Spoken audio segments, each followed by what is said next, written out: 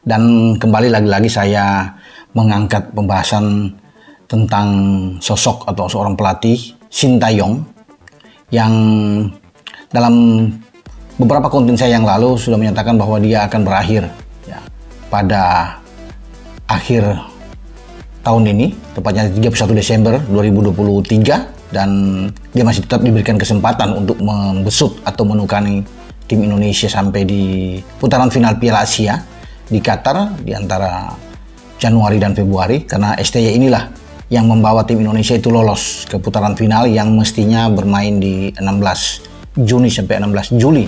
Namun isyarat atau kode langsung sudah diberikan oleh STY bahwa dia akan segera mengakhiri tugas dia di Indonesia sebagai pelatih kepala.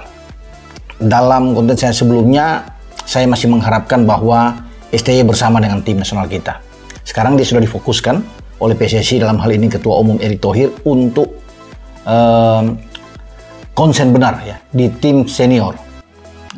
Walaupun sebelumnya Ketua Umum sudah mengatakan bahwa STY ini akan memegang 2 jabatan penting. Selain di timnas senior, dia akan memegang timnas U23. Kan dia peduli untuk perkembangan timnas Indonesia kita, maka itu dia mau memulai dari nol. Maka itu yang dia pilih adalah pemain-pemain muda.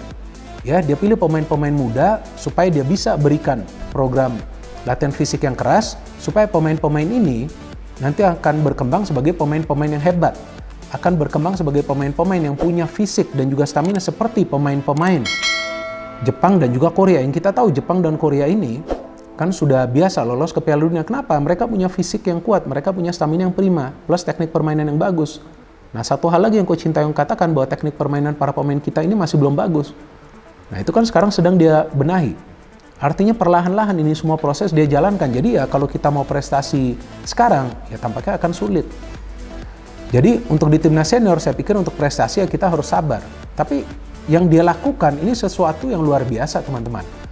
Sebetulnya bisa saja sih dia nggak perlu capek, ya kan, ngapain dia capek-capek panggil banyak pemain muda, ya mengambil resiko. Kalau gagal, kan pasti dia yang akan disalahkan. Karena kan pemain-pemain muda ini kan sebelumnya kan nggak ada pengalaman. Banyak pemain muda yang dia panggil kan ke timnas senior. Kenapa? Karena dia percaya bahwa Indonesia tuh punya banyak pemain-pemain yang berbakat di grassroots. Jadi kita tuh harus paham peta Asia. Jangan hanya gemuruh kita sudah level Asia, tapi sebetulnya klaster mana gitu. Supaya bisa tetap proporsional, bisa tetap menginjak bumi. Apresiasinya bagus gitu loh. Nggak seolah-olah over gitu. Sesuatu yang over kan nggak bagus. Karena nanti efeknya adalah penilaian-penilaian yang tidak bagus. Bahwa prestasi itu nggak harus trofi. Keluarlah statement saya yang jadi viral, yaitu Piala AFF itu Piala Ciki. Level kita Asia. Dihajar dengan orang lain. Nah, beruntung terakhir beberapa bulan yang lalu ada Jebret Media Award. Saya menang sebagai komentator terfavorit. Indra Safri menang. Di panggung Indra Safri mengatakan, Coach Justin benar. Level kita itu Asia, bukan AFF. Orang yang membenci saya kalau melihat potongan di TikTok, diam semua. Karena akhirnya pelatih yang menang AFF mengatakan sendiri bahwa level kita itu Asia, bukan AFF. Dan sekarang menurut saya sih ya saatnya introspeksi lah. Bahwa kita sudah level Asia ini ternyata belum konsisten. Shin Tae-yong resmi temukan penyerang ganas timnas Indonesia di laga kontra Brunei Darussalam. Sekadar diketahui, Shin Tae-yong kesulitan mencari penyerang jempolan semenjak aktif membesut timnas Indonesia di laga resmi pada Juni tahun 2021. Sejumlah penyerang dicoba Shin Tae-yong mulai dari Kussedia Yudo, Dedik Setiawan, Ezra Walian di Piala AFF 2020. Setelah itu, ada juga Ilijah Spasojevic, Dendi Sulistiawan dan Ramadan Sananta di Piala AFF 2022, namun hasilnya kurang optimal. Bagaimana dengan Dimas Drajat? Penyerang yang satu ini belum bisa unjuk gigi terlalu banyak.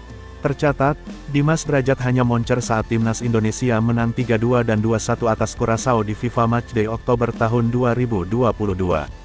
Lantas, siapa sih penyerang yang bisa diandalkan Shin Tae-yong saat timnas Indonesia mengarungi babak pertama kualifikasi Piala Dunia 2026 zona Asia kontra Brunei Darussalam pada 12 dan tanggal 17 Oktober tahun 2023?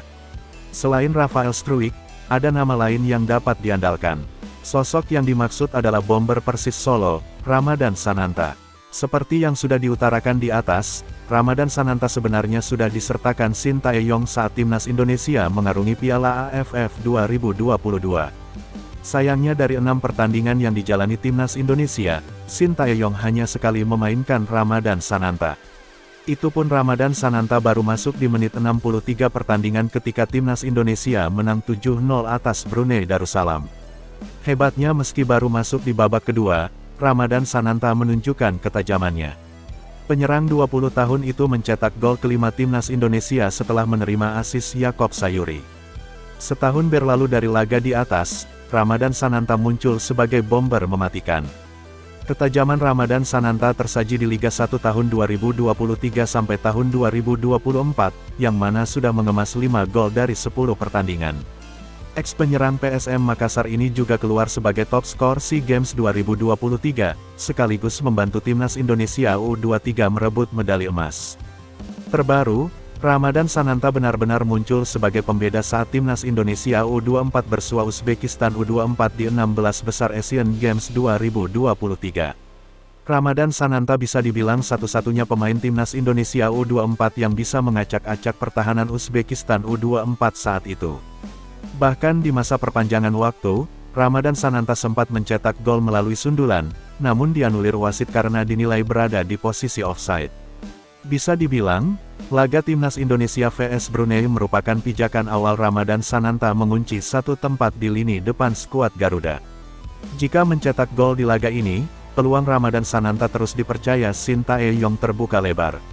Nama Ivar Jenner tidak masuk dalam daftar 25 pemain yang dipanggil ke timnas Indonesia di ronde pertama kualifikasi Piala Asia 2026 zona Asia kontra Brunei Darussalam. Pasalnya, Ivar Jenner kini tengah dibekap cedera yang didapat saat membela Jong FC Utrecht. Melalui instastory Instagram pribadinya, Ivar Jenner mengungkapkan perasaannya lantaran harus melewati laga timnas Indonesia melawan Brunei Darussalam. Pemain berusia 19 tahun tersebut nampak kecewa.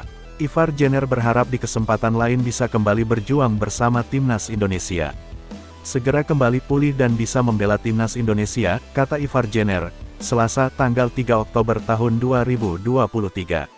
Sampai jumpa lagi, kata pemain kelahiran Belanda itu yang diakhiri emoji hati.